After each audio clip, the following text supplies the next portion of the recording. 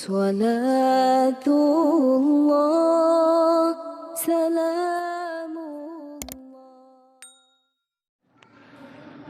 Bismillahirrahmanirrahim. Assalamualaikum warahmatullahi wabarakatuh.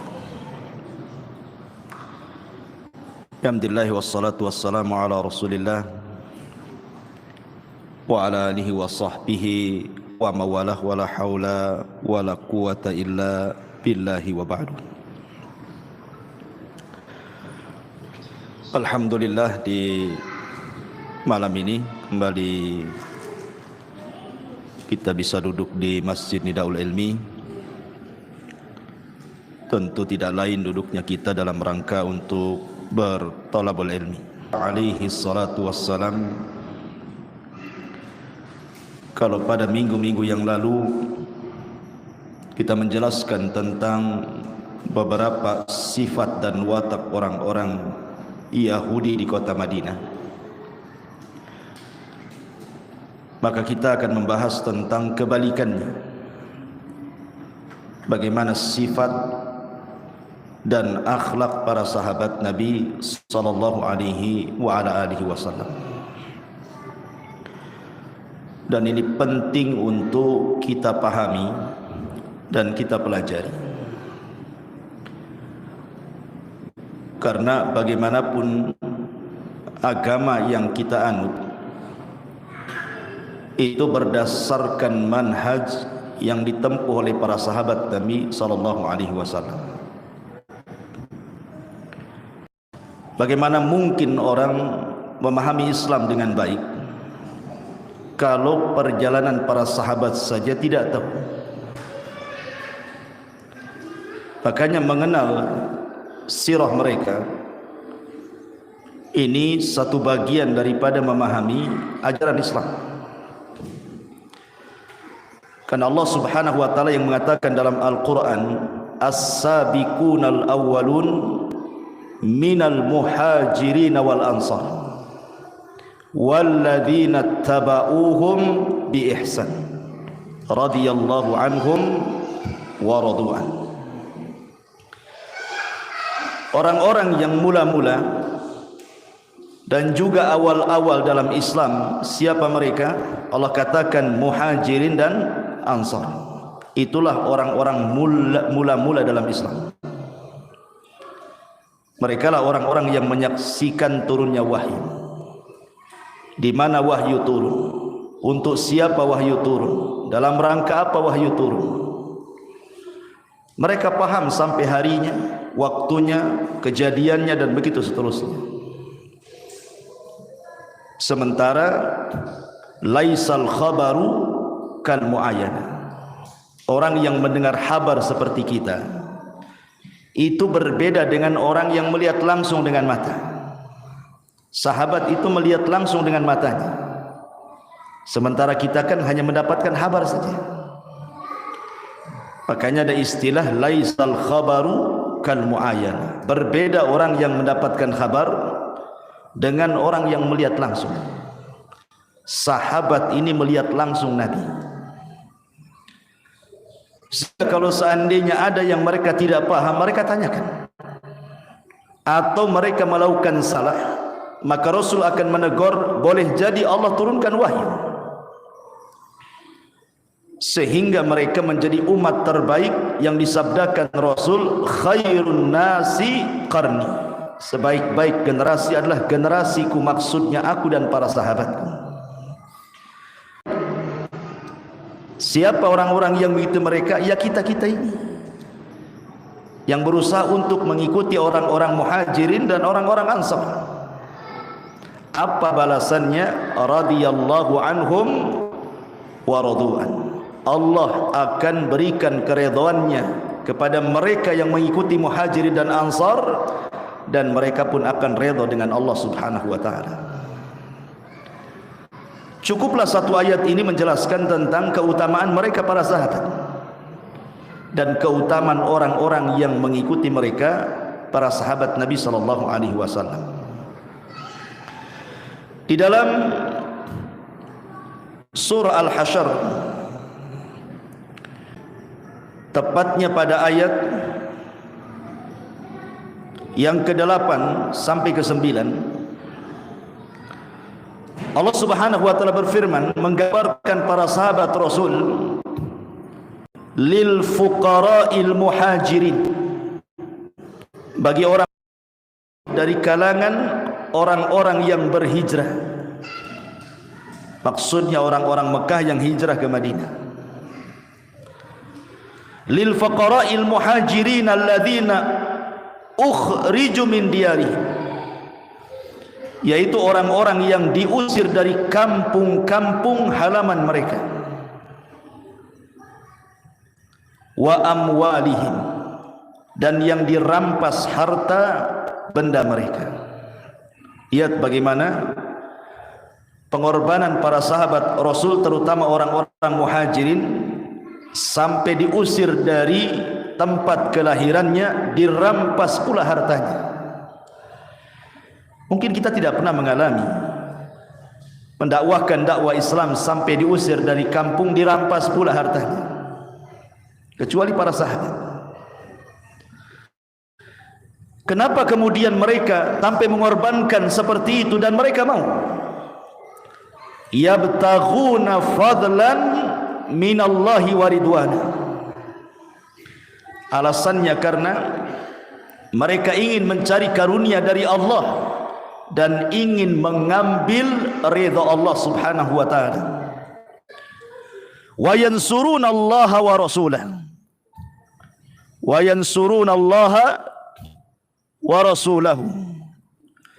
Dan mereka dalam rangka hendak menolong agama Allah dan juga agama Rasulnya. Ulaika humus sadikun. Mereka lah orang-orang yang dianggap benar keimanannya di sisi Allah Subhanahu wa taala. Baik.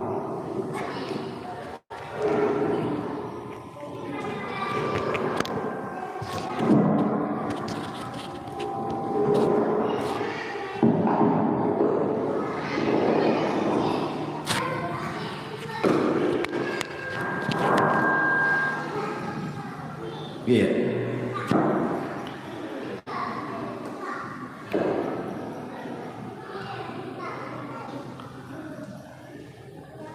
Ayat ke-8 ini menjelaskan tentang keutamaan orang-orang muhajir. Lihat ayat setelahnya, Allah cerita tentang orang-orang Ansar. Walladzina tabawwa'ud dara wal iman min qablihim yuhibbuna man hajara ilaihim wa la yajiduna fi sudurihim hajatan mimma utu wa yu'thiruna ala anfusihim walau kana bihim khasasah wa man yuqa syuhha nafsihi fa ulaika humul muflihun. Dan orang-orang yang menempati kota Madinah dan telah beriman pun kepada Rasulullah. Siapa mereka yang tinggal di Madinah? Orang-orang Ansar. Kalau orang muhajirin, orang Mekah yang terusir dari Mekah kemudian hijrah ke Madinah disebut muhajirin. Orang-orang yang menempati kota Madinah dan sudah beriman, mereka lah orang-orang Ansar. Sebelum kedatangan orang-orang muhajirin, kemudian orang-orang muhajirin datang kepada mereka, apa yang terjadi? Mereka orang-orang Ansar itu mencintai orang-orang muhajirin kepada mereka. Dari sini menunjukkan ikatan orang-orang Ansar dengan muhajirin itu lillahi ta'ala, karena Allah Subhanahu wa ta'ala. Tidak ada ikatan yang lebih kuat dalam sebuah persatuan melebihi ikatan karena Allah, bahkan lebih kuat dibandingkan ikatan kekeluargaan. Sebab kalau Allah yang sudah mengikat, maka tidak ada yang bisa mengurainya. Tapi kalau karena kekeluargaan, karena bisnis atau yang semacamnya, maka mudah bubar. Kemudian Allah mengatakan, Dan mereka orang-orang Ansar tidak menaruh keinginan dalam hati mereka terhadap apa yang mereka berikan kepada saudara mereka Muhajirin,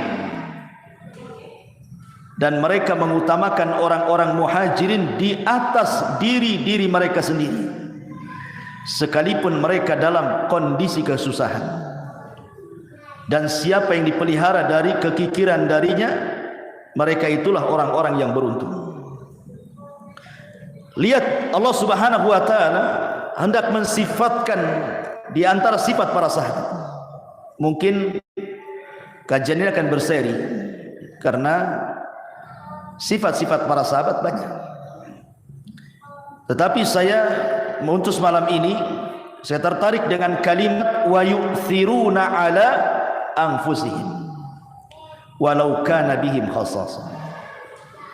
Bagaimana para sahabat itu mereka mengutamakan orang lain di atas diri mereka. Ini yang luar biasa, yang mungkin susah untuk kita lakukan. Sifat itsar, khususnya yang berkaitan dengan masalah sedekah. Ma'asyiral muslimin yang dimuliakan Allah Subhanahu wa taala, ketika Nabi SAW dan para sahabatnya sampai di kota Madinah, maka Rasul mulai mengikat mereka dengan ukhuwah Islamiyah, dengan cara dipersaudarakan satu sahabat dengan sahabat yang lain. Tentu kondisi orang-orang Muhajirin akan berbeda dengan kondisi orang-orang Ansor, kan? Orang-orang Ansor orang tempatan, mereka punya rumah, mereka punya pekerjaan, mereka sudah hidup layaknya orang hidup. Beda orang Muhajirin terusir. Ketika singgah di sebuah daerah, bahasa kita bagaikan orang yang mengundi nasib jadinya. Tetapi sekali lagi bahwa tidaklah Nabi SAW memerintahkan hijrah para sahabat kecuali sudah diperhitungkan oleh Rasul. Tidak mungkin kemudian Rasul ujuk pergilah ke sana. Masalah kemudian di sana, kan? Baik dalam hijrah pertama atau hijrah yang kedua, kan? Dalam hijrah yang pertama, kenapa Nabi SAW tidak memerintahkan sahabat untuk hijrah ke Syam, untuk hijrah ke Mesir, malah disuruh hijrah ke Habasyah, ke Ethiopia? Alasannya satu, karena di sana ada Malikun Adil, ada raja yang sangat adil sekali, yang tidak mendolimi rakyatnya. Berangkatlah ke sana. Artinya Nabi SAW juga masih melihat keselamatan para sahabat, kan begitu. Jangan sampai keluar dari bahaya masuk pula ke bahaya yang lebih besar, gitu kan.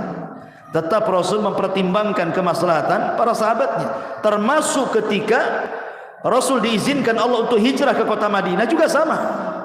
Rasul sudah memperhitungkan itu, bahwa Madinah itu tempat yang cocok untuk hijrah. Baik, ma'asyiral muslimin yang dimuliakan Allah Azza wa Jalla, tema malam ini kita akan membahas tentang bagaimana pengorbanan para sahabat dalam infak dan sedekah. Di dalam Al-Quran atau hadis Nabi SAW, kalau kita bicara tentang fadlus sadaqati wal infak, tentang keutamaan sedekah dan infak, itu luar biasa, banyak sekali. Nanti kita akan sebutkan secara ringkas di akhir kajian. Yang ingin saya kisahkan adalah beberapa kisah para sahabat, bagaimana mereka rela mengorbankan seluruh harta-harta mereka demi untuk memperjuangkan agama Allah Subhanahu wa taala yang tidak terpikir oleh kita. Bagaimana bisa mereka lakukan seperti itu? Sebuah contoh. Ada seorang sahabat namanya Abu Dahda radhiyallahu anhu. Sahabat Abu Dahda radhiyallahu anhu. Ketika turun ayat kepada Nabi SAW, lan tanalul birra hatta tunfiku mimma tuhibbun. Kalian tidak akan sampai kepada level albir. Bir itu artinya kumpulan amal saleh. Jadi satu dalam bahasa Arab disebut albirru. Ya. Atau dengan kata lain, puncak amal soleh tertinggi itu disebut al-birru.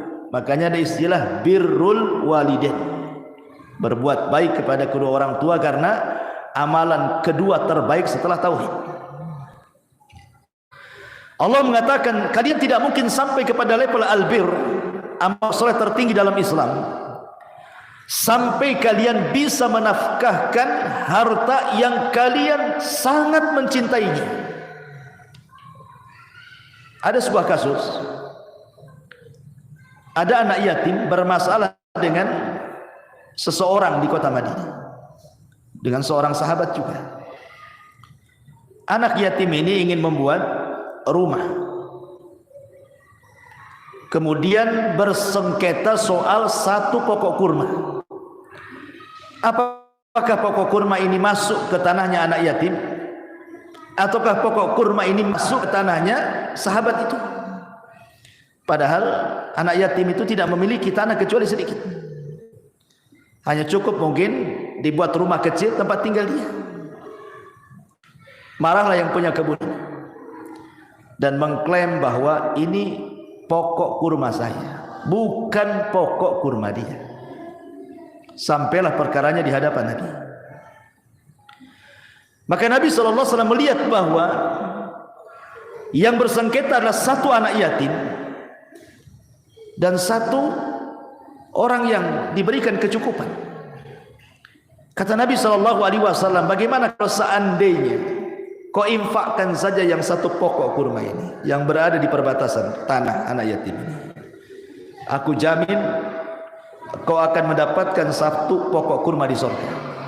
Bayangkan ya, Nabi SAW hendak menukar satu pokok kurma dunia dengan satu pokok kurma di surga. Sudah jelas kan? Rupanya di luar perkiraan dia tidak mau, tidak mau. Tetap dia mau mengambil pokok kurma itu yang tumbuh di situ, karena itu masuk ke lahan dia. Sampailah ke telinga Abu Dahdah radhiyallahu anhu. Akhirnya Abu Dahdah pun mendengar bahwa Nabi SAW mengatakan kepada orang yang mempunyai kebun yang ada satu pokok kurma itu, kalau kau berikan satu pokok kurma itu, aku tukar dengan kurma di surga, kata. Dengar Abu Dahdah, langsung dia menghayal surga.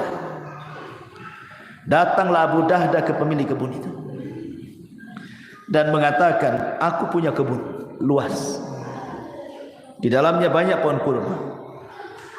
Gimana kalau seandainya kutukar kebunku dengan satu pokok kurma ini? Kebun ditukar dengan satu batang kurma. Logikanya di mana? Ya kan? Nggak ada. Ya secara otomatis pemilik kebun pun dia senang saja. Oh, kalau itu sebagai tukarannya, mau saya. Deal, jangan or no deal, deal saja. Karena sudah jelas dia dapat kebun lebar, yang dikasihkan satu pokok kurma untuk anak yatim. Akhirnya kemudian dia datang kepada Nabi Abu Dahdah ini setelah ada kesepakatan. Dia datang kepada Nabi SAW dan mengatakan, ya Rasulullah, aku sudah membeli pokok kurma untuk anak yatim itu dengan menukar kebunku. Apakah aku akan mendapatkan pokok kurma di surga? Kata Rasul, ya, bukan satu pokok kurma sebanyak kurma yang ada di kebunmu, katanya. Pulang dia, datang ke kebunnya. Ummu Dahdah istrinya masih dalam di kebun itu dengan anak-anaknya. Ini Abu Dahdah tidak berani masuk ke kebunnya lagi, tidak berani masuk. Dia berteriak dari luar kebun itu, ya Ummu Dahdah ukhruji, hei Ummu Dahdah, keluar dari kebun itu. Laqad anfaqtuha fi sabilillah, aku sedang mewakafkan tanah kebun kita ini di jalan Allah. Keluar Ummu Dahdah dan anak-anaknya. Subhanallah. Bagaimana mereka punya keyakinan kuat kepada Allah juga. Seperti itu para sahabat punya keyakinan kan? Kalau kita kan mikir-mikir dulu. Yang lebih takjub lagi, apa jawaban istrinya? Apa kata istrinya?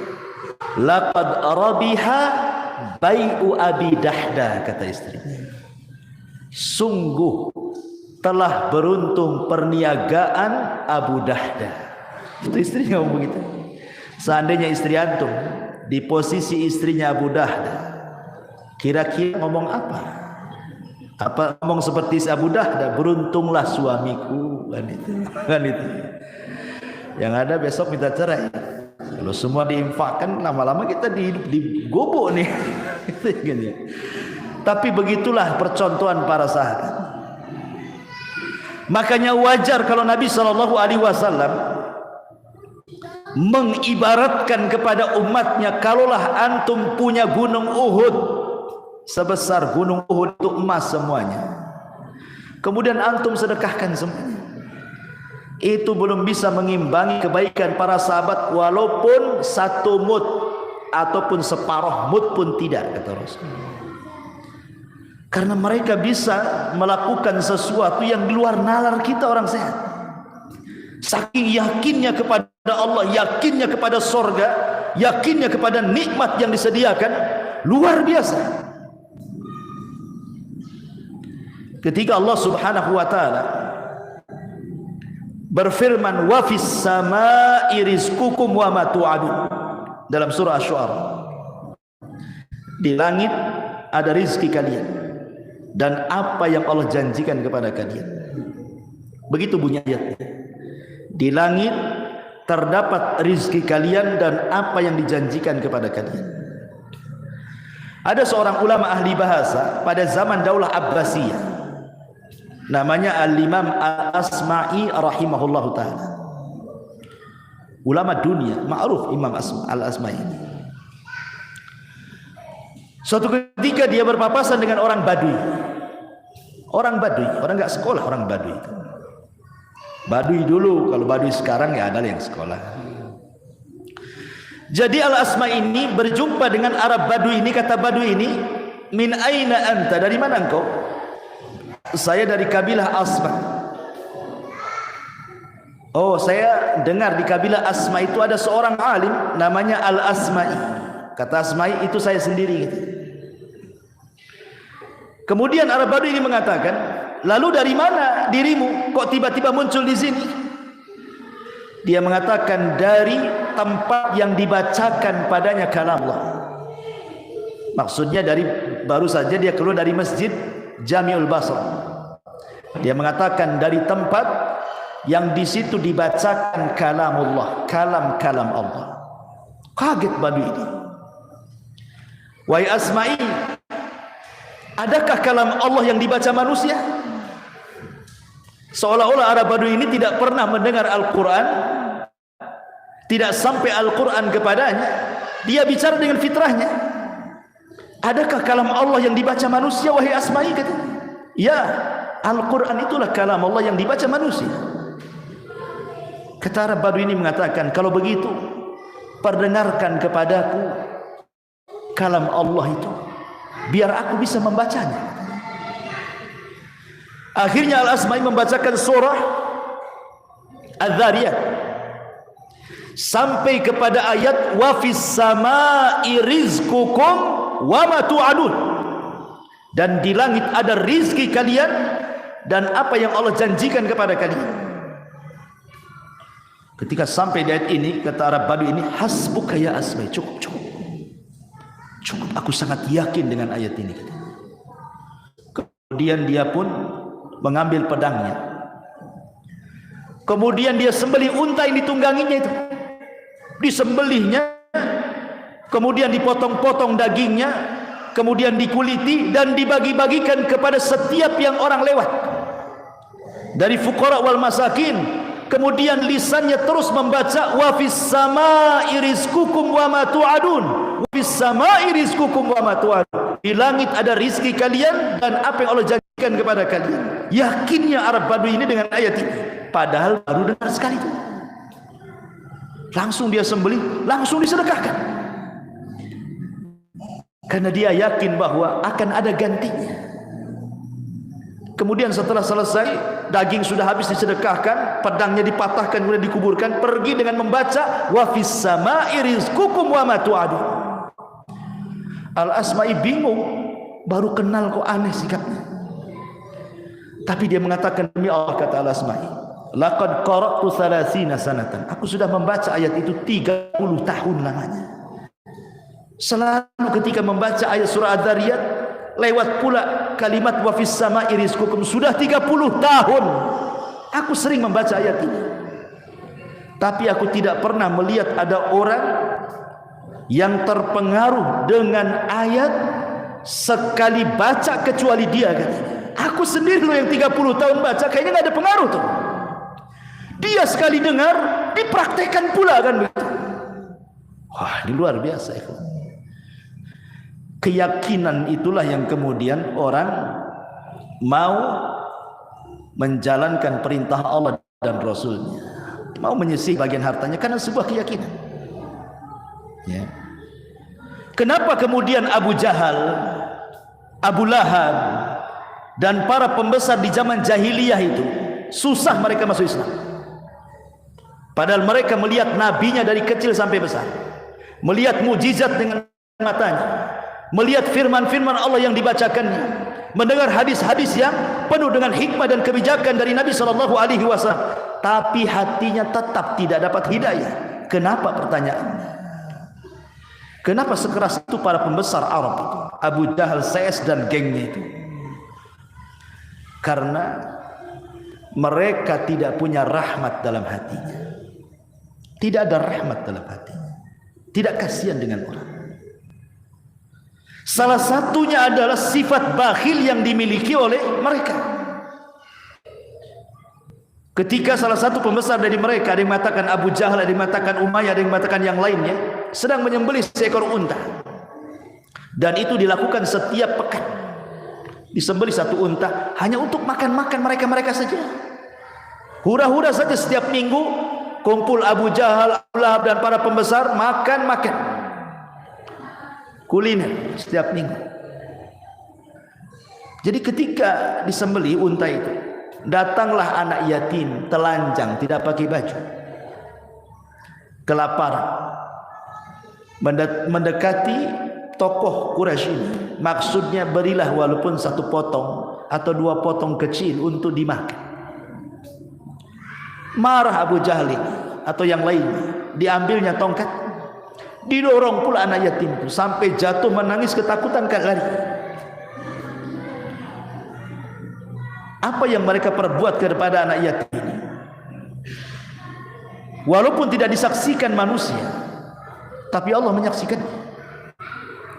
Bukti Allah menyaksikannya apa? Setelah kejadian ini turun ayat yang menceritakan kejadian itu. Apa ayatnya? Ara'aital ladzi yukadzibu biddin fadzalikal ladzi yad'ul yatim. Tidakkah kau lihat, wahai Muhammad, di sekitar ada para pendusta-pendusta agama itu? Siapa mereka? Mereka lah orang-orang yang menghardik anak yatim. Dari sini menunjukkan bahwa salah satu penyebab orang-orang tua Quraisy, para pembesar itu tidak masuk Islam, karena hatinya tidak ada rahmat kepada fuqara wal masakin. Ketika tidak ada rahmat, mengeraslah hatinya. Ketika mengeras hatinya, susah pula hidayah masuk ke dalamnya. Itu yang menjadikan mereka susah dapat hidayah sebenarnya. Makanya ketika Nabi SAW ngobrol dengan Aisyah Ummul Mukminin radhiyallahu anha, datang orang munafik dari kejauhan. Kata Rasul, bi'sal akhul ashir, katanya, seburuk-buruk manusia kepada keluarga yang mau datang. Tiba-tiba kemudian setelah betul-betul datang kepada Rasulullah, Rasul pula mujamalah, senyum-senyum, ya ramahlah. Aisyah heran, kok tadi ngomong seburuk-buruk orang dia, ketika berhadapan dengan Rasul senyum-senyum, baik-baik muka kan gitu, mujamalah dengan dia, pura-pura. Kok seolah-olah kontradiktif dengan sikap Nabi. Dan itu akhlak. Sebenci apapun kita sama orang jangan ditunjukkan gitu maksudnya. Inilah Rasul menunjukkan seperti itu. Ya.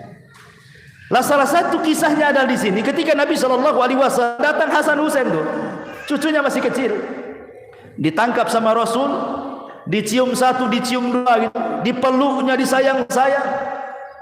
Jadi orang ini mengatakan, aku loh punya 10 anak, tidak ada satupun yang kucium gitu. Orang ini heran.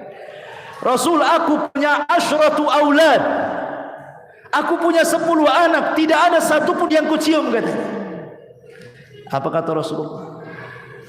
Jangan kau lakukan, nanti Allah cabut perasaan rahmat di hatimu. Irhamu man fil ardi sayarhamukum man fis sama, kata Rasul. Sayangi orang di bumi, nanti yang di langit sayang sama kamu. Lihat masyarakat muslimin yang dimuliakan, bahwa kelembutan dan kekerasan hati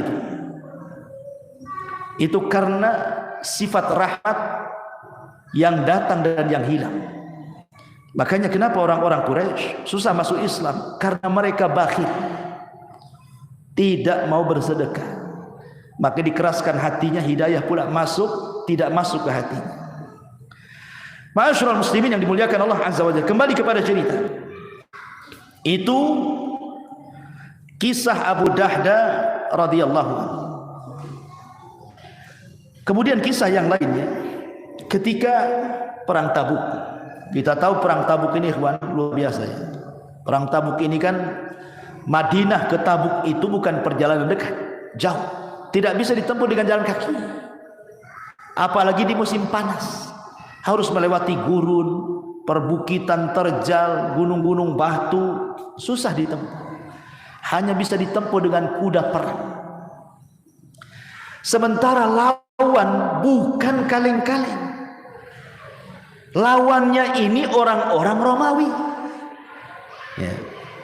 Nabi SAW melawan orang-orang Romawi yang dikenal negara adidaya, kuat persenjataannya, kuat pasukannya, dan menguasai separuh dunia. Sementara Rasul Madinah di peta pun tidak ada, melawan kerajaan besar pula kan begitu. Ini kan luar biasa ya, pertempuran yang luar biasa. Tetapi kemenangan itu bukan karena banyaknya jumlah. Kemenangan itu semua atas izin Allah kan? Kam min fi'atin qalilatin ghalabat fi'atan katsiratan biidznillah. Berapa banyak kelompok kecil mengalahkan kelompok besar. Lihat Talut dengan Jalut, kalah Jalut, padahal besar-besar pasukannya banyak lagi. Jadi Nabi SAW wajar manusiawi Rasul itu. Dia pun Nabi tapi juga manusia, ada sisi kemanusiaannya. Kekhawatiran itu ada. Apalagi dengan banyaknya orang yang daftar perang, tidak memadai dengan persenjataan. Jadi yang daftar perang banyak, kuda pula tak ada, pedang tak ada, mau perang pakai apa? Sementara pasukan lawan kuat kali masalahnya. Mulailah Nabi SAW mendorong para sahabat untuk sedekah dalam rangka modal perang. Naiklah Rasul ke atas mimbar. Kata Nabi SAW, bersedekahlah kalian walaupun dengan 1 dirham, 1 dinar, walaupun hanya makanan dan pakaian. Pokoknya Rasul terus mendorong orang untuk sedekah dalam khutbahnya. Subhanallah, ada satu Ansar peka dengan sabda Nabi, langsung pulang dia. Belum Rasul ceramahnya selesai, pulang dia. Rupanya dia membawa uang di tangannya sangat banyak sekali, seolah-olah susah bawa saking beratnya. Ya, sambil tertati-tati dia bawa uang yang di tangannya orang Ansar. Dan itu disaksikan para sahabat. Ini bukan riya. Ini bukan riya. Ya, sekali lagi. Kemudian setelah dia datang menghadap Nabi SAW, diserahkanlah di hadapan Rasul, disaksikan para sahabat. Apa yang terjadi? Maka Nabi SAW langsung memuji sahabat ini. Kata Nabi SAW, man sanna sunnatan hasanatan falahu ajrun wa ajru man amila ba'dahu la yanqusu min aujarihim syai'a, kata Rasulullah. Siapa yang memberikan contoh terbaik diikuti orang banyak, maka dia dapat pahala dan pahala yang mencontohnya tanpa mengurangi pahala mereka sedikit pun.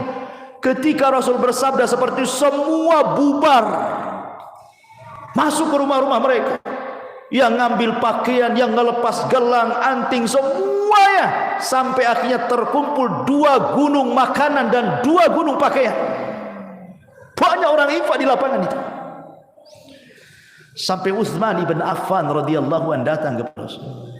Rasul, aku infakkan kepadamu 1000 dinar, bukan dirham, dinar.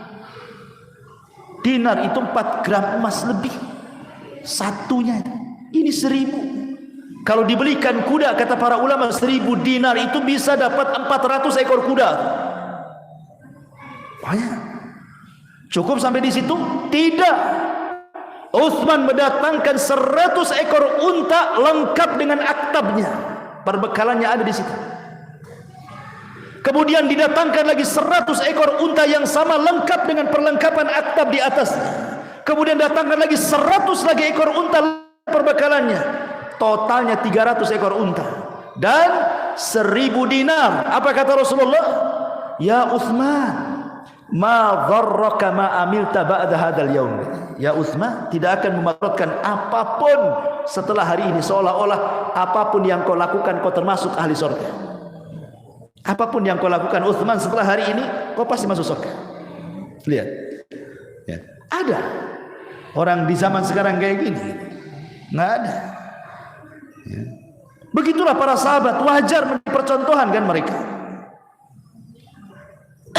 Datang Umar radhiyallahu anhu, ada niatnya, hari ini akan kukalahkan Abu Bakar, katanya.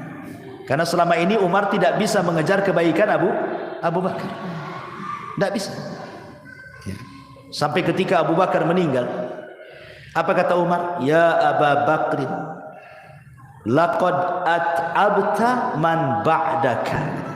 Wahai Abu Bakar, engkau sudah membuat lelah dan letih orang yang menggantikan sepeninggal. Kenapa Umar ngomong begitu? Coba. Ini ada kisahnya. Ya Abu Bakar, engkau sudah membuat lelah dan letih orang sesudahmu, katanya. Kenapa Umar sampai ngomong begini? Ceritanya begini. Ketika Abu Bakar jadi khalifah, tidak biasa Abu Bakar itu habis sholat subuh langsung pergi. Biasa dia zikir dulu sampai syuruk dan sholat. Jadi Umar heran perhatikan, ini sudah beberapa hari Abu Bakar melakukan seperti itu. Habis subuh keluar pergi. Diikuti sama Umar suatu hari. Rupanya Abu Bakar pulang ke rumahnya. Kemudian diintip sama Umar membawa gandum. Kemudian entah pergi kemana, diikuti sama Umar. Rupanya sampai ke perbatasan kota Madinah. Di situ ada rumah yang jelek sekali. Abu Bakar kan masuk, lama Abu Bakar masuk di situ. Entah apa yang dilakukan Abu Bakar. Kemudian Abu Bakar keluar pulang. Besoknya begitu lagi Umar mengikuti, begitu lagi. Penasaranlah Umar ini. Penasaran Umar ini. Kok Abu Bakar selalu masuk rumah itu? Ini kalau yang ngintip istri antum keluar kok masuk ke rumah orang, itu udah lain lagi tuh otaknya. Di rumah siapa ya? Jangan gitu. Ya. Jadi akhirnya Umar ini penasaran tuh rumahnya siapa. Ketika Abu Bakar tidak ada, Umar pun masuklah ke rumah itu. Rupanya di situ ada nenek buta. Nenek sudah tua, susah jalan, buta lagi. Kemudian Umar bertanya, "Nek, orang yang selalu masuk ke rumahmu itu siapa?" Kata nenek, "Aku tidak kenal. Dia sering datang kemari membersihkan rumah kami, memasakkan masakan untuk kami, kadang-kadang membetulkan rumah kami, dan begitu seterusnya. Sudah selesai dia pulang, macam pembantu." Umar pun kemudian langsung terdiam, keluar dia. Sepanjang jalan dia menangis. Setelah Abu Bakar Siddiq radhiyallahu anhu meninggal dunia, Umar ingin melanjutkan melanjutkan apa yang dilakukan Abu Bakar ini. Abu Bakar sudah meninggal, dia ingin melanjutkan tradisi. Jadi dia pertama ini, perdana ini, maunya seperti Abu Bakar, datang ke rumah itu, dibersihkan rumahnya, dimasakkan atau disuapkan makanannya ke nenek itu, kemudian ingin seperti itu. Hari pertama dia datang ke rumah nenek itu, persis yang dilakukan Abu Bakar. Ketika dia menyuapkan kurma kepada wanita itu, wanita itu pada sudah tua, buta, tiba-tiba mengatakan, amata sahibuka ya fulan, apakah meninggal kawanmu hai fulan? Maksudnya Umar itu, nenek ini jangan tahu gitu ya, seolah-olah dia jadi Abu Bakar gitu. Nenek ini tahu pula dia bahwa itu bukan Abu Bakar, orang lain. Makanya ini mengatakan, amata sahibuka, apakah sudah mati itu kawanmu itu? Jadi Umar mengatakan, bagaimana kau tahu nek? Nenek ini mengatakan, wahai fulan, kawanmu itu kalau menyuapkan kurma, dia buang kulitnya, nawanya itu dia buang kulitnya, dia buang bijinya, baru disuapkan. Kalau ini main jejel aja satu kurma. Jadi beda kan gitu ya. Jadi kata nenek ini, apa amata sahibuka, meninggal saudaramu katanya. Umar bingung kan gitu.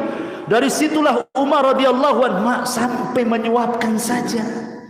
Abu Bakar itu punya rahim, punya kasih sayang kepada orang.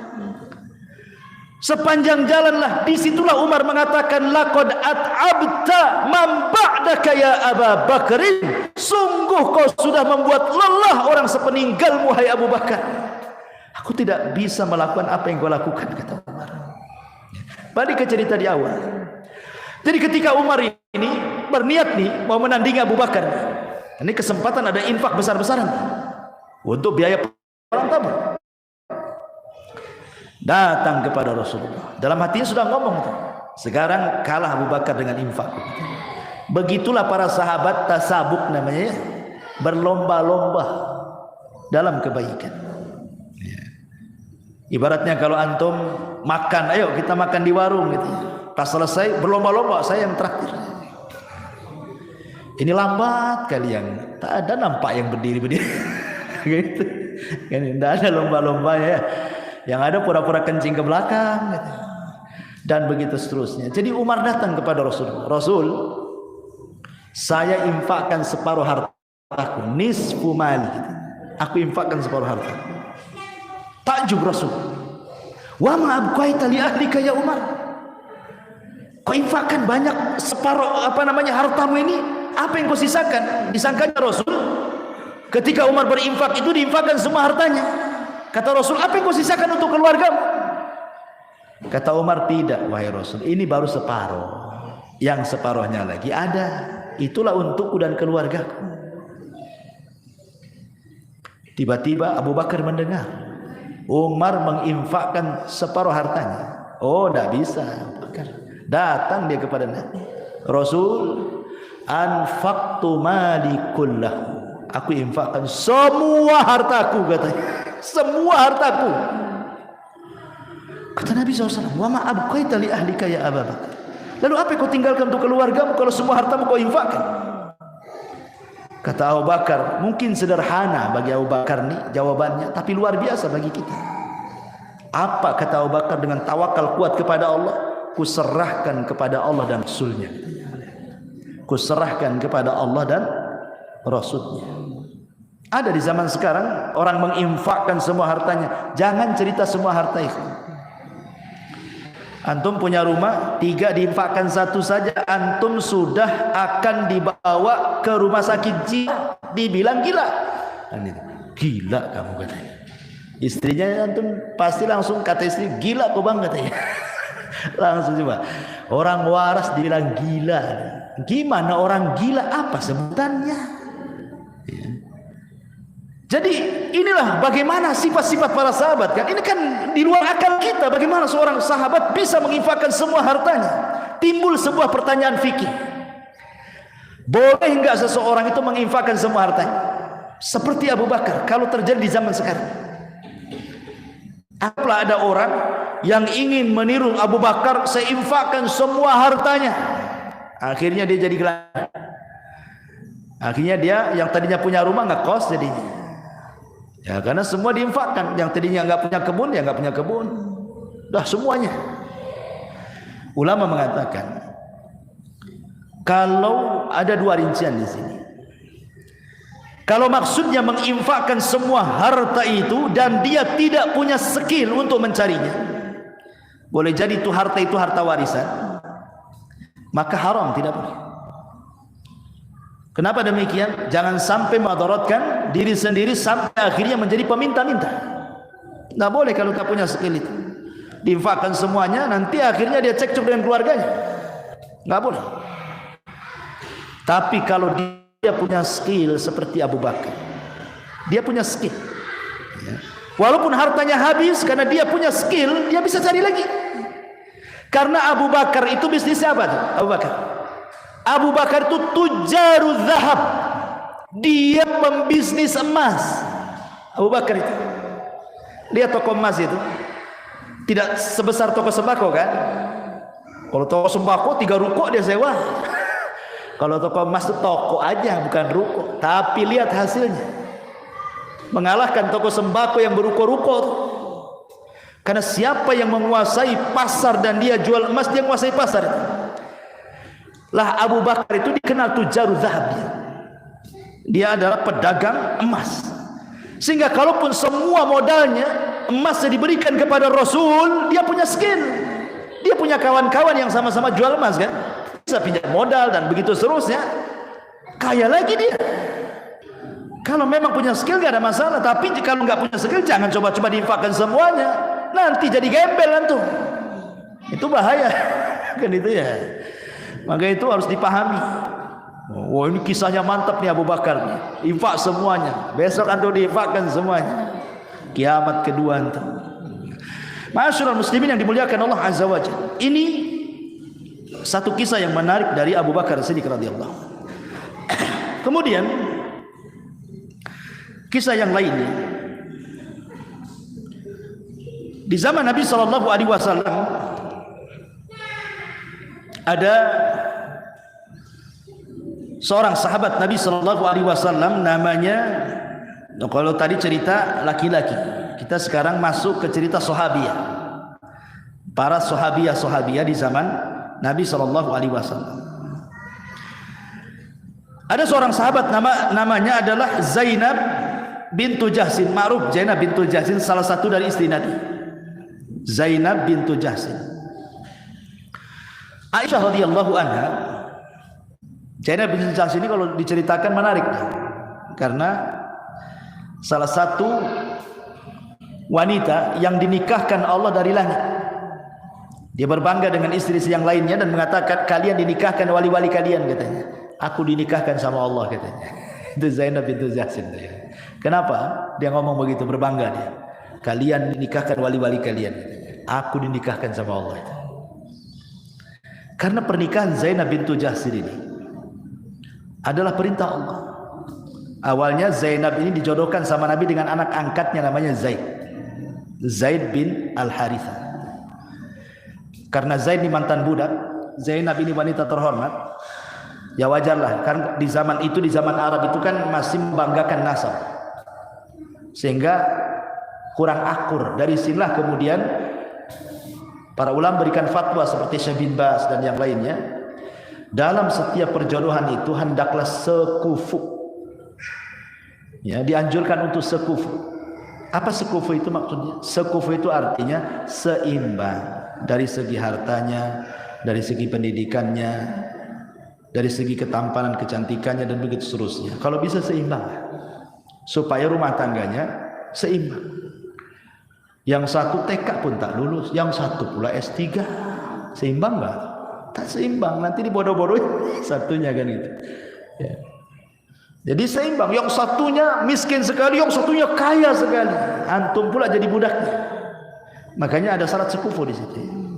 Walaupun sekali lagi ini tidak mesti yang satu miskin satu kaya tidak bahagia, tidak. Tapi umumnya seperti itu. Karena terjadi di zaman Rasul kan, pernikahan Zaid dengan Zainab tidak harmonis. Satu mantan budak, hitam. Kemudian satu pula wanita cantik dermawan, anak dari bangsawan Zainab bintu Jahsh. Bertengkar terus rumah tangga. Akhirnya Allah Subhanahu wa taala perintahkan agar Zaid menceraikan Zainab. Maka disampaikanlah ayat itu kepada Zaid, diceraikanlah oleh Zaid Zainab. Setelah habis masa iddahnya turun ayat Nabi suruh menikahi Zainab. Coba kalau di zaman sekarang melakukan apa yang dilakukan Nabi, apa kata orang?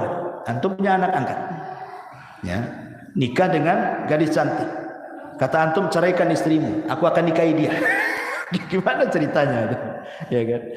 Tapi Nabi SAW ingin menghapuskan tradisi orang-orang jahiliyah dengan menikahi Zainab. Kenapa? Karena orang-orang jahiliyah mereka menganggap anak angkat itu sama dengan anak kandung. Oh beda. Anak angkat, anak kandung, anak kandung. Istri anak kandung mahram abad, kalau sudah dicerai tidak boleh dinikahi. Bekas istri anak angkat bukan mahram, anak angkatnya aja bukan mahram, istrinya jelas-jelas bukan mahram, kan gitu ya. Lalu apa masalahnya? Ya. Jadi Rasul membatalkan tradisi orang-orang jahiliyah supaya paham kedudukan anak angkat dengan anak tidak angkat. Dan supaya anak angkat paham juga kalau dia anak angkat jangan kemudian ngotot dengan warisan bapak angkatnya kalau masih ada anak kandungnya. Akan ada anak-anak angkat itu justru menguasai warisan anak kandungnya. Islam menjelaskan posisi-posisi itu. Lah ketika Rasulullah SAW diperintahkan Allah menikahi Zainab, itulah yang menjadikan kebanggaan Zainab apa? Kalian istri-istri Nabi nikahkan wali-wali kalian. Aku yang menikahkan Allah atas perintah Allah. Nabi menikahi diriku. Zainab ini dipuji oleh Ummul Mukminin Aisyah radhiyallahu anha. Apa pujiannya? Asra'ukunna lihaqan bi, kata Nabi. Atwalukunna yadan. Kata Aisyah radhiyallahu anha membawakan sabda Nabi sallallahu alaihi wasallam, di antara kalian, maksudnya istri-istri Nabi, ada yang lebih dahulu bertemu denganku di akhirat. Nanti pada hari kiamat, di antara istri-istriku ada istriku yang lebih dahulu berjumpa denganku dibandingkan yang lainnya. Kemudian Rasul menyebutkan sifatnya. Apa sifatnya? Atwalukunna yadan. Di mana dia memiliki panjang tangan. Ya, panjang tangan, bukan nyuri panjang tangan itu. Ya, maksudnya di sini. Panjang tangan itu maksudnya kata Aisyah radhiyallahu anha, fakanat atwaluna yadan Zainab li'annaha kanat ta'malu biyadiha wa tuhibbus sadaqata. Dan di antara istri si Nabi, kata Aisyah radhiyallahu anha, yang paling panjang tangannya adalah Zainab.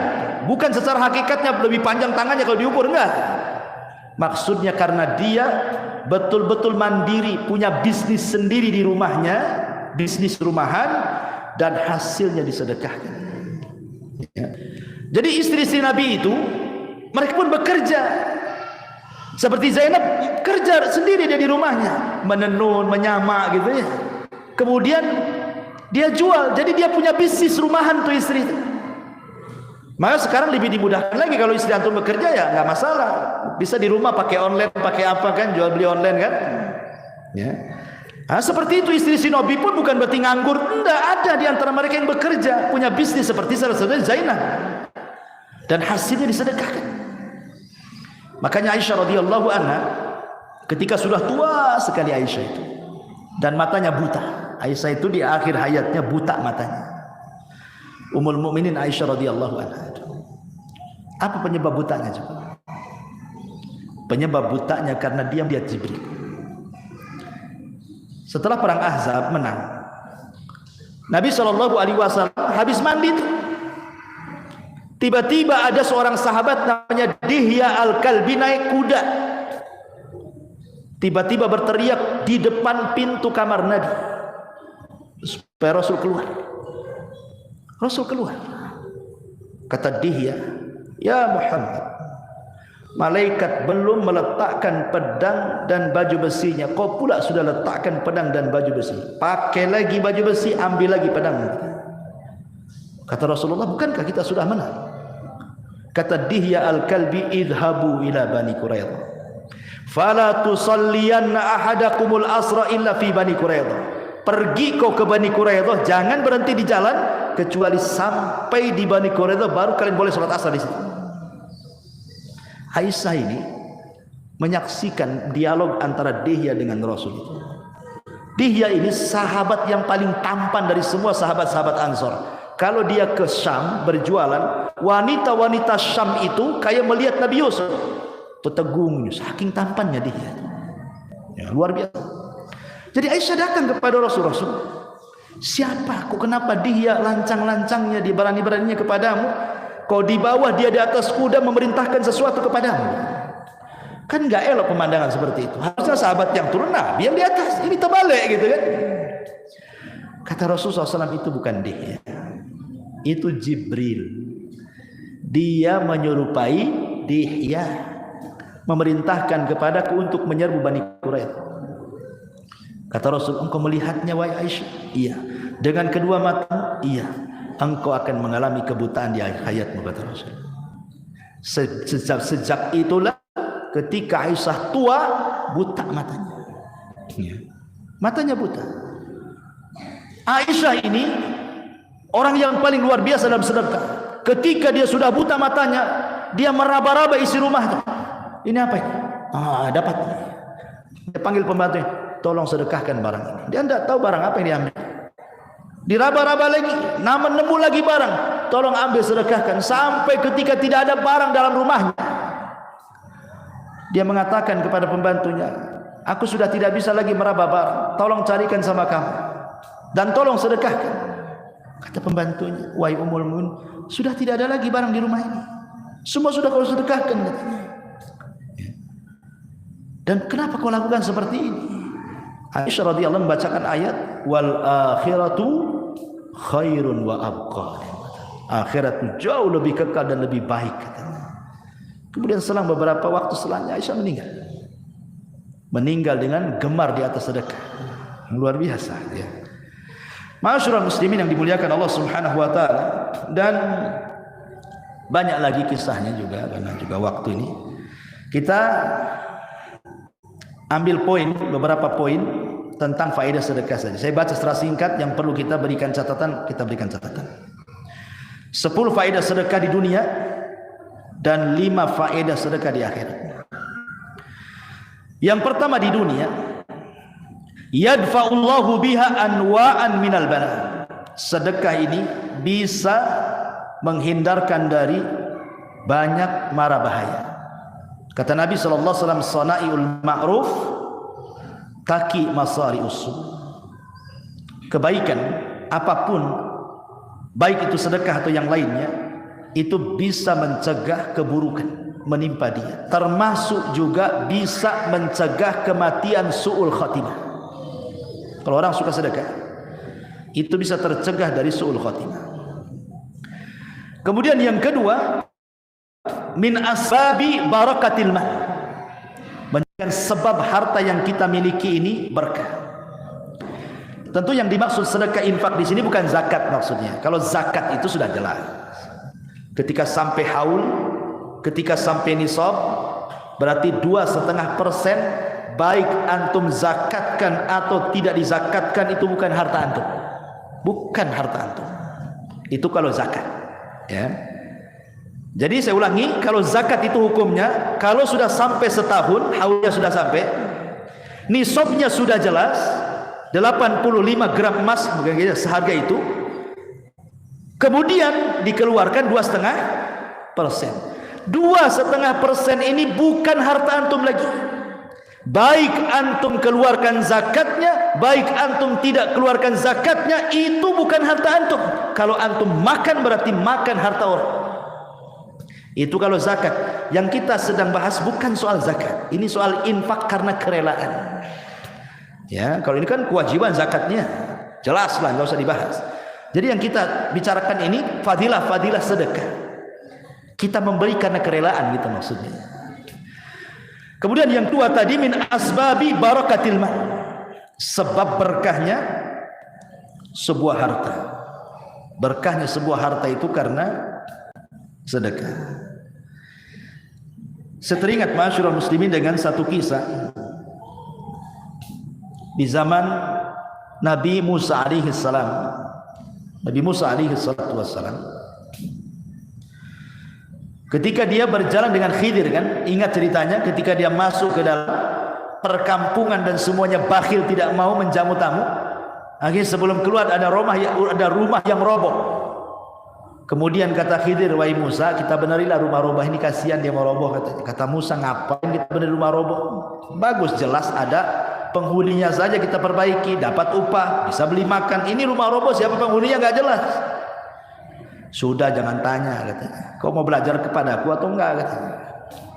Akhirnya belajar, diperbaiki sampai jadi, kemudian pergi, nggak dapat upah, nggak tahu siapa pemiliknya. Akhirnya kemudian di akhir cerita kata Khidir, tahukah kamu ketika tadi saya katakan kita perbaiki rumah ini? Iya, kata Nabi Musa, apa takwilnya? Kata Khidir, 2 anak yatim, itulah pemilik rumah itu.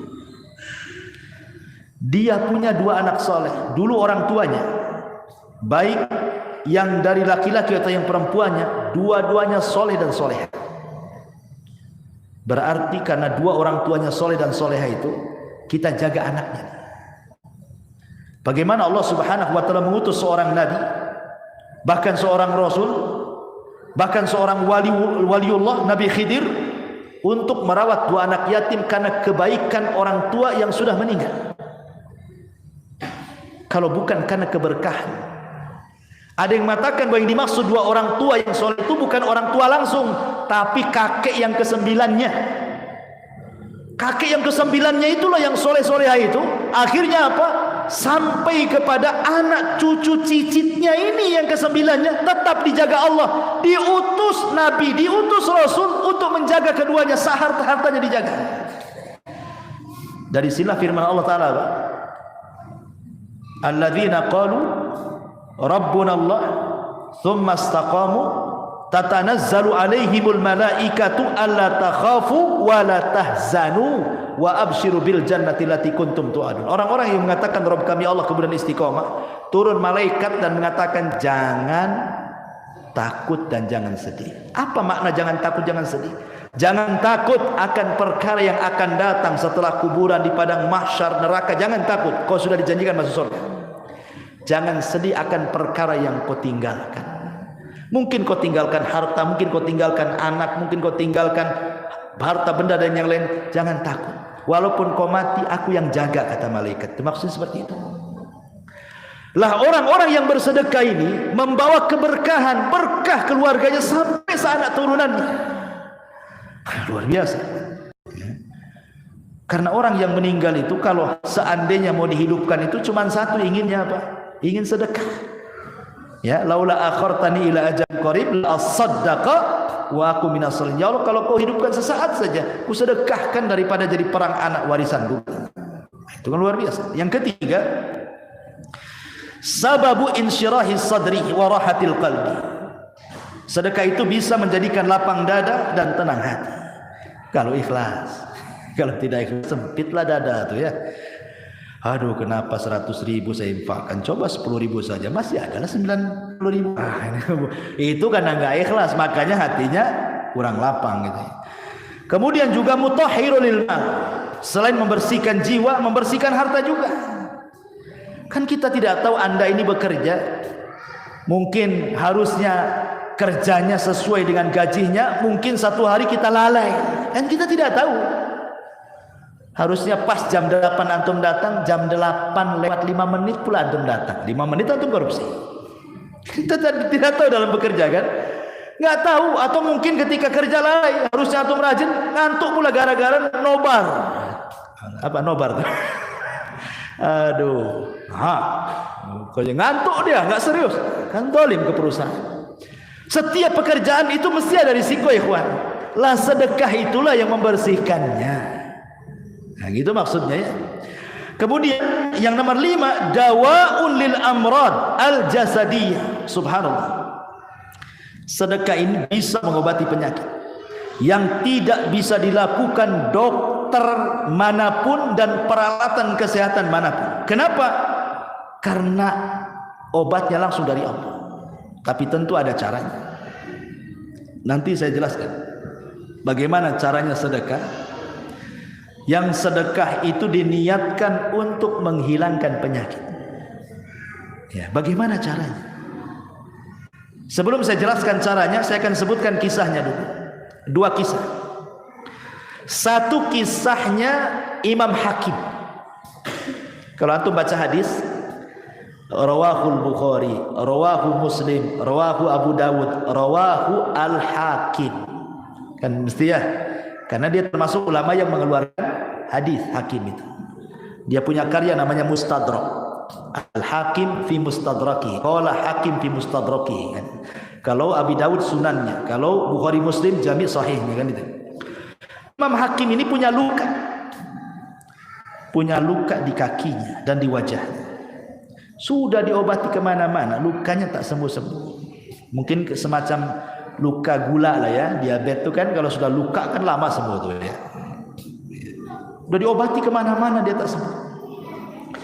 Jadi suatu hari Imam Hakim ini hadir di majelisnya Imam Abu Ali As-Sabuni. Imam As-Sabuni rahimahullahu taala yang mengarang kitab Aqidah Ashabil Hadis. Kitabnya bagus sekali. Nanti kita pelajari suatu waktu.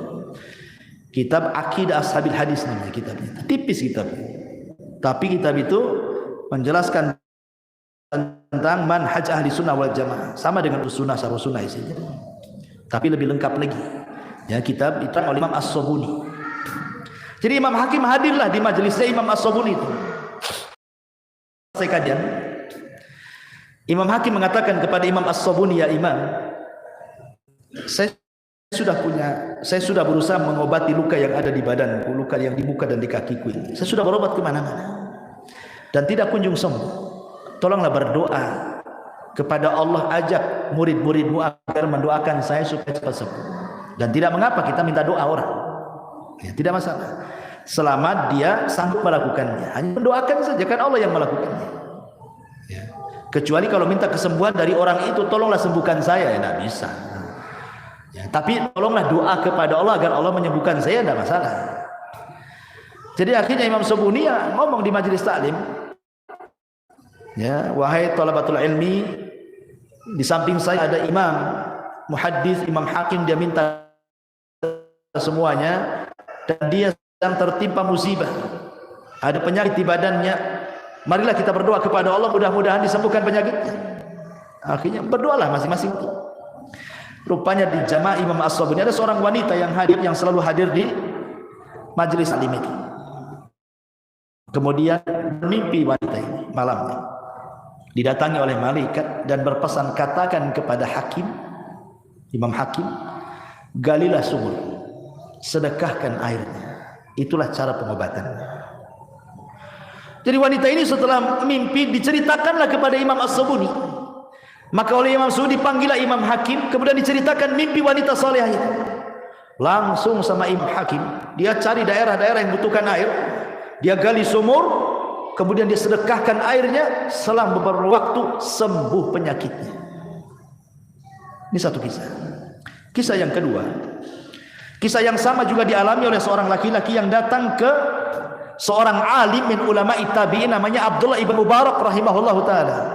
Abdullah ibn Ma'ruf, ya, ulama Irak yang sangat kaya, namanya Abdullah ibn Mubarak. Dia menggaji ulama, ulama menggaji ulama. Nah, itulah Abdullah ibn Mubarak. 500 ulama digaji dia, bayangkan. Dia sendiri ulama, kaya raya. Ya, dia gaji ulama. 500 ulama digaji. Salah satu yang digajinya siapa? Fudail ibn Iyad. Seorang alimul abid zahidud dunia, yang ngasih kehidupannya itu Abdullah ibn Mubarak. Sampai kalau kekayaannya dibagi-bagi penduduk Irak itu sepertiga penduduk Irak cukup tuh. Saking kayanya itu. Ulama paling kaya Abdullah ibn Mubarak. Ya, karena juga warisan dari orang tuanya, dan dia pun berusaha untuk mengembangkan kekayaan sampai jadi kaya raya Abdullah ibn Mubarak. Tapi dia ulama zuhud. Ulama zuhud. Ya. Tapi kan tidak semua ulama itu kaya seperti Abdullah ibn Mubarak. Yang digaji-gaji oleh Mubarak kan bukan orang kaya. Ya, ulama-ulama yang berilmu tapi tidak kaya. Jangan pula semua ustaz antum samakan dengan Abdullah ibn Mubarak. Bukan tanya agama, pinjam uang pun sama ustaz. Ustaz ya, semua ke ustaz. Semua masalah seolah ustaz bisa menyelesaikan semuanya. Ustaz juga manusia, butuh duit juga ya. Ma'asyiral muslimin yang dimuliakan Allah Azza wa Jalla. Intinya bahwa datang orang ini kepada Mubarak dan dia mengatakan, ya Abdullah ibn Mubarak, aku sudah sakit lama bertahun. Obat ke sana ke sini enggak pernah sembuh juga. Apa sarannya? Persis seperti sarannya As-Sabuni kepada Imam Hakim. Kau cari tempat yang membutuhkan air, kau sumbang air di situ. Jadi kalau masjid lagi butuh air untuk wudu, ya kan, pesantren, yayasan anak yatim dan yang lainnya membutuhkan air, atau sekarang ini banyak gempa di mana-mana, banyak bencana alam, air bersih hilang dan begitu seterusnya sehingga perlu dipasok air bersih kan. Ini kesempatan. Karena Rasul mengatakan afdal sedekah sedekahul ma, seutama-utama sedekah air. Kalau antum punya rezeki, datang ke masjid. Ya, Pak, ini air bulannya saya yang bayar. Oh, mantap tuh. Nah, datanglah ke Nurul Ilmi. Tanya ini, biar bulanannya air Nurul Ilmi saya yang bayar. Oh, mantap tuh. Bukan masjid ini saja, kalau juga Jabaluh juga kalau biar selesai urusan air itu ya. Baik, balik lagi. Kemudian akhirnya setelah orang ini disarankan untuk menggali sumur, kemudian disedekahkan airnya, dalam tempo singkat-singkatnya sembuh penyakitnya. Dari sini Nabi SAW bersabda apa? Tadawau mardhakum bis sadaqah. Obati orang sakit kalian dengan sedekah. Bagaimana caranya? Kan bukan asal sedekah gitu saja kemudian sembuh penyakitnya kan itu ya. Di sini ada beberapa poin. Yang pertama, idza aradta an yakuna syifaa maradika bis sadaqati sari'an. Kalau engkau ingin sedekahmu menjadikan obat untuk penyakitmu secara cepat, ya, fatasaddaq thayyibi malik. Ingat, sedekahlah dengan barang yang paling berharga yang kau miliki. Sedekahlah dengan barang yang paling berharga yang kau miliki. Satu, ya. Yang kedua, idza tasaddaqta bihadhihi sadaqah faj'alha biniyati shifai maradika. Kalau hendak bersedekah dalam rangka mengobati penyakit, niatkan, innamal a'malu binniyat. Niatkan, ya Allah, saya sudah lama penyakit ini tak kunjung-kunjung sembuh. Kalau memang dengan sedekah ini adalah obatnya, tolonglah sembuhkan penyakit saya. Niat seperti itu. Harus ada niat kan itu. Kalau sedekah saja nggak ada niat ya itu ya soleh aja kan itu. Yang ketiga, idza kunta ghaniyan fakun sakhiyan fi sadaqatika. Kalau memang Anda ini orang yang berkecukupan, bukan orang susah, ya, maka sakhiyan, jadilah orang yang dermawan. Jangan pelit lagi supaya penyakitmu hilang. Kan ada orang kaya raya tahu-tahu sakit, sudah berobat ke sana kemari tak kunjung-kunjung. Sebenarnya mudah, robah sikap. Yang dulu pelit sekarang sakit nggak apa-apalah jadi dermawan. Tapi jangan sebatas ketika sakit dermawan, ya seterusnya. Nanti kalau sudah sembuh balik lagi penyakitnya nanti. Kan gitu ya. Kemudian yang keempat, ij'al sadaqatan khalisatan liwajhillah. Fakullama kana al-amalu akmal wa a'zam ikhlasan lillah, kullama kana thawabuhu wa thamratuhu akmal wa a'zam. Ingat, niatkan ikhlas karena mencari wajah Allah. Setiap amalan itu lebih ikhlasnya lebih banyak dan lebih besar kepada Allah, maka hasilnya dan pahalanya jauh lebih banyak lagi, lebih ikhlas lagi. Gimana caranya? Ya sembunyikan kan itu sedekahnya sembunyikan. Kemudian juga diantaranya yang kelima, likai takuna sadaqataka balighatal athari biidznillah fahawil jahidan an tataharra li sadaqatika muhtajan salihan taqiyan. Kalau ingin lebih manjur lagi sedekahnya, untuk mengobati penyakit, jangan sembarang kasih sedekah. Kalau bisa cari sedekah, kalau memang itu berupa orang-orang fakir, carilah yang fakir, yang rajin sholat, yang bertakwa, yang betul-betul dia taat, supaya dia ikut mendoakan kita, gitu maksudnya. Jangan sembarang aja yang di jalan-jalan minta-minta antum kasih saja ya. Paling tinggi sukron, jazakallah khairan, kan gitu ya. Tapi kalau orang bertakwa ikhwan, pasti banyak panjang, udah panjang ikhlas lagi. Ya, jadi sedekahnya cari orang yang betul-betul miskin dan juga bertakwa. Kata Rasul, la tusahib illa mu'minan wa la ya'kulu ta'amak illa taqiyan. Jangan berkawan kepada kecuali seorang mukmin, dan jangan makan bersamamu kecuali dia orang bertakwa. Menunjukkan bahwa pilih-pilih orang juga kalau sedekah itu maksudnya. Kemudian juga yang nomor 6, hina ma tatasaddaq bi niyati syifa fala taqul saujar. Ingat, kalau kita ini ingin mengobati penyakit dengan sedekah, jangan sekali-kali ngomong saya coba. Jangan. Karena ini bukan coba-coba dan bukan percobaan, bukan eksperimen, bukan. Cobalah sedekah biar sembuh. Nggak akan sembuh. Karena apa? Coba-coba. Ketika coba-coba itu tidak yakin sebenarnya, antara yakin dan enggak kan. Maka jangan mengatakan saujarri, saya akan coba. Jangan, hindarkan kata-kata ini. Yakin saja, bismillah saja. Ya, itulah kata ulama. Kalau kita mengamalkan 6 perkara ini, insya Allah itulah cara bagaimana sedekah itu bisa menghilangkan penyakit. Baik, kemudian kita baca saja secara singkat. Yang nomor 6, mengobati penyakit hati. Kemudian yang nomor 7, amanun minal khauf, bisa mengamankan dari rasa takut. Kemudian yang nomor 8, mengantarkan seorang hamba kepada albir, amalan tertinggi dalam Islam. Kemudian yang nomor 9, dapat doa malaikat, karena setiap hari malaikat turun dan berdoa, ya Allah, berikan kepada orang yang berinfak tambahan harta, kan itu ya. Setiap hari doakan malaikat.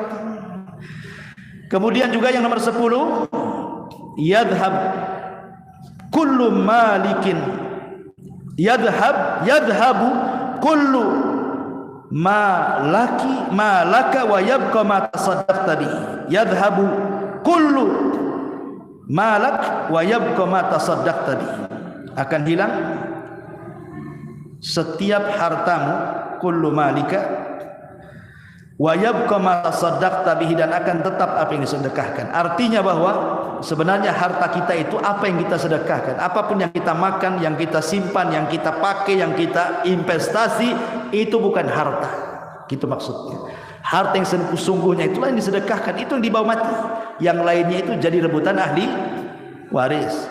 Ya kan? Ahli waris itu biasanya di hari pertama nangis tuh, sedih.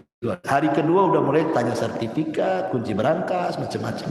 Ya, udah mulai ribut tuh. Ya. Kemudian ini 10 dari faedah sedekah. Kemudian yang 5 di akhirat. Pertama, dalilun ala sidqil abdi ma'a rabbi. Sedekah itu dalil, bukti kebenaran iman kita kepada Allah. Sebagaimana Rasul mengatakan, as-sadaqatu burhan. Sedekah itu bukti iman.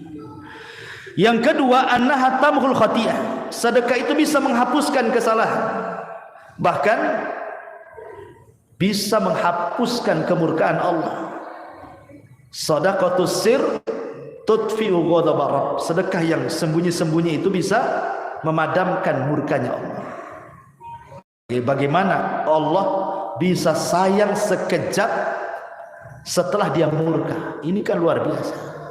Kalau ada orang yang nggak suka dengan antum itu, udah nyakiti antum, tiba-tiba datang, bisa nggak dalam sekejap antum maafkan dia? Nggak bisa. Kadang-kadang mulutnya saja, usami ya saya maafkan, dalam hatinya dongkolnya naudzubillah, tingkat dewa. Ya. Kadang-kadang seperti itu. Tapi Allah beda dengan makhluknya. Kemudian yang nomor 3, wiqayatu min nari jahannam, sebagai pelindung dari neraka jahannam. Yang nomor 4, al mutasaddiq fi dhilli sadaqatihi yaumal qiyamah. Orang yang bersedekah itu akan menjadikan naungan pada hari kiamat sedekahnya dari teriknya panas matahari di atas kepala. Dan yang terakhir, yud'a lidukhulil jannah min babis sadaqah. Sampai di sorga itu ada satu pintu namanya pintu sedekah. Bayangkan, pintu sorga berapa? 8. Pintu neraka 7. Kenapa dilebihkan satu pintu sorga? Untuk menunjukkan rahmat Allah lebih luas dibandingkan kemurkaan. Sampai Allah buatkan satu pintu. Jadi ahli-ahli sedekah akan berkumpul tuh di pintu dan akan memanggil, yang ahli-ahli sedekah jangan masuk dari situ, masuk dari sini. Nah, luar biasa ya. Nah, itulah di antara 15 faedah sedekah. Masih banyak lagi sebenarnya, kan juga waktu. Baik, mungkin sampai di sini saja. Sebelum saya tutup, mungkin ada yang bertanya juga, silakan. Silakan kita buat tanya jawab kalau ada yang bertanya. Tetapi kalau tidak ada, saya suka berpantun. Ikan cepat, ikan gabus. Makin cepat, makin bagus. Cepat balik, cepat tidur. Ya. Subhanaka bihamdika, asyhadu an la ilaha illa anta astaghfiruka wa atubu ilaik. Allahu ta'ala alam. Assalamualaikum warahmatullahi wabarakatuh.